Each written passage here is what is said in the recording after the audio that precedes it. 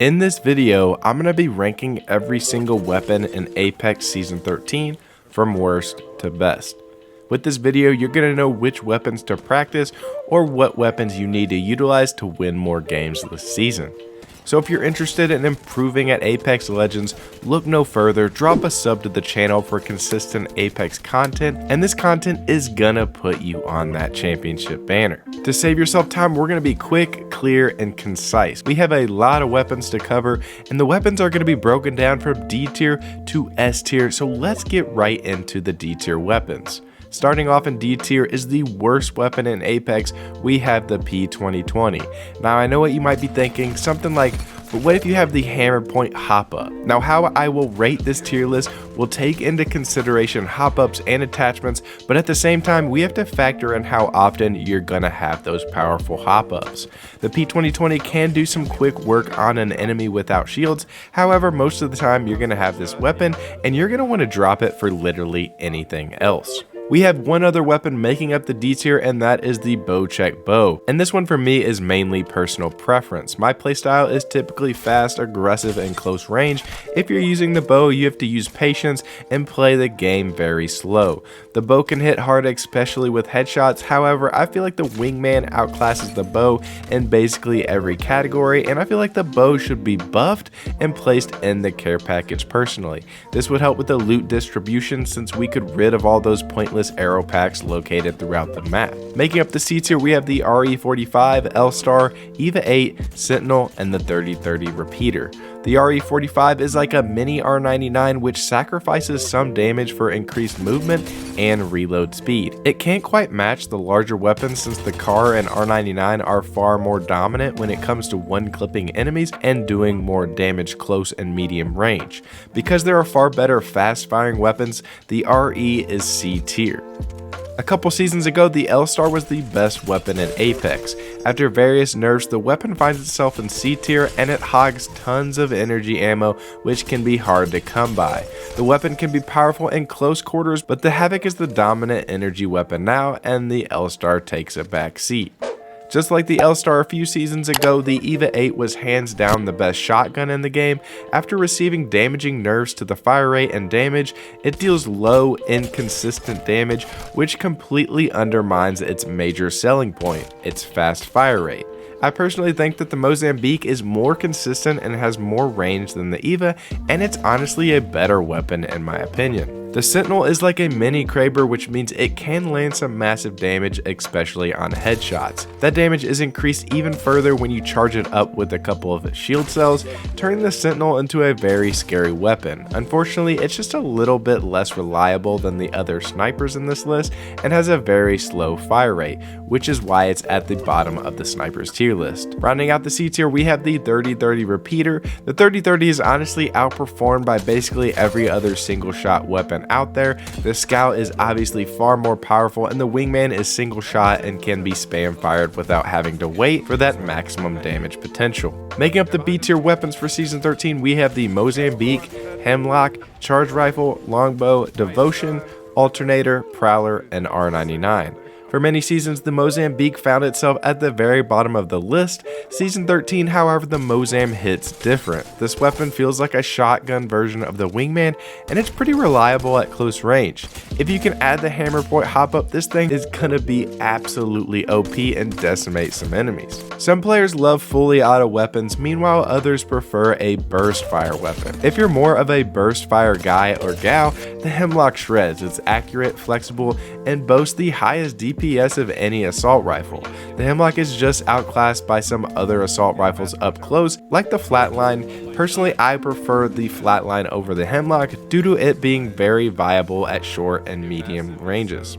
Now personally, I'm not a fan of the Charge Rifle and think this thing should either be in the care package or vaulted, but the Charge Rifle's hit scan beam and high damage potential makes it an excellent long range weapon that is really strong in high level ranked matches when it comes to upgrading your Evo shields.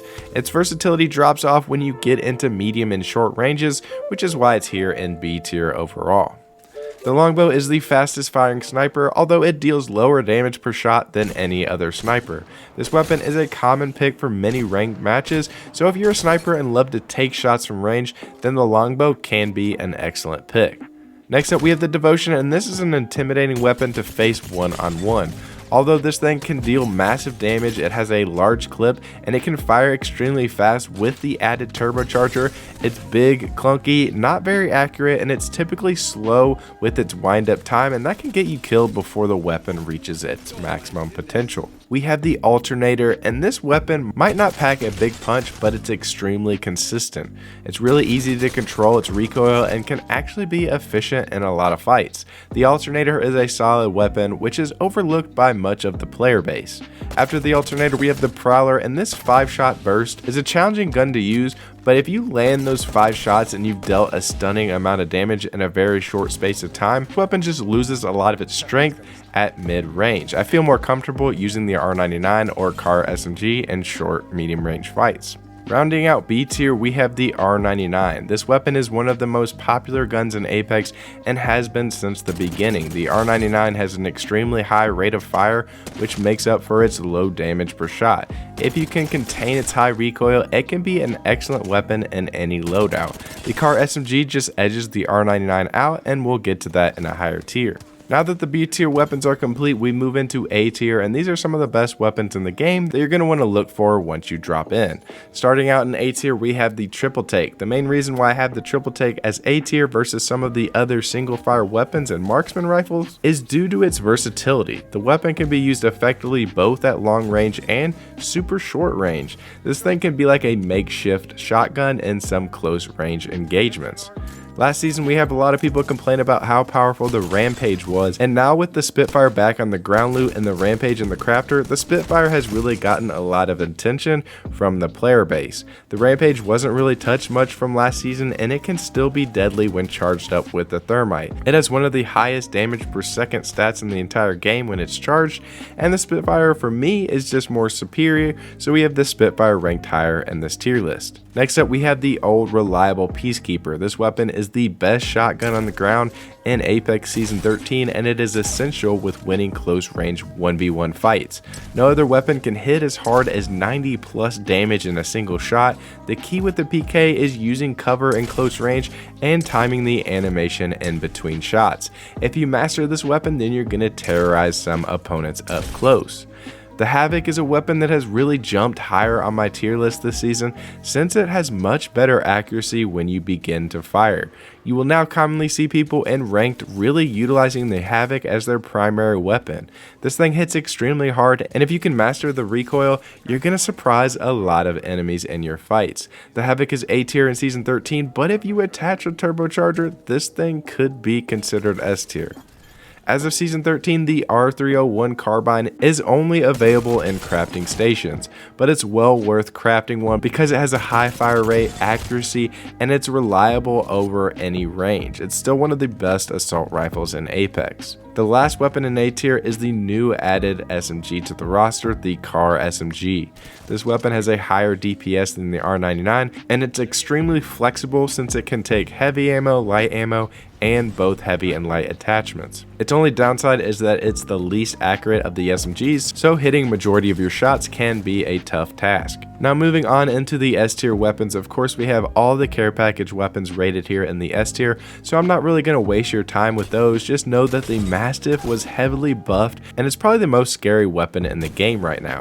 The G7 Scout, Volt SMG, and even the nerfed Kraber are still in S tier. Even the Kraber is still S tier since it can still put out massive damage in one shot. Following the care package weapons, we have the Spitfire. This weapon has high damage, a massive magazine capacity, and a lot of the time you can miss a majority of your shots and still spam the weapon and get an easy knockdown. As of Season 13, it also doesn't need a barrel stabilizer, which makes it really easy to fully kit and load out. The Spitfire is easily the best LMG in Apex Legends. Now, one of the more controversial weapons in Apex right now is the Wingman. This weapon can have many shots in the clip, it allows you to spam shots quickly, and it also allows you to be very mobile and difficult to hit. If you can hit your Wingman shots, there arguably isn't a better weapon in the game. Even a lot of pros are calling for a nerf for the Wingman, so it's for sure S tier. Lastly, in S tier, don't forget about the flatline now that it's back to ground loot. The main reason why I have this weapon in S tier is due to its high versatility. It doesn't have the highest DPS for an assault rifle, but the hipfire accuracy is unbelievable up close, and the weapon can also put out a ton of damage at medium and longer ranges. It hits hard, and it doesn't take a barrel, so it's very easy to learn the recoil pattern. This is an all-around fantastic weapon to use. Alright guys, so there it is, my rankings for the weapons in Apex Season 13. Make sure to comment down below your favorite weapon and what you would change on this tier list. Thanks again for watching, and I'll catch you on the next one. Peace.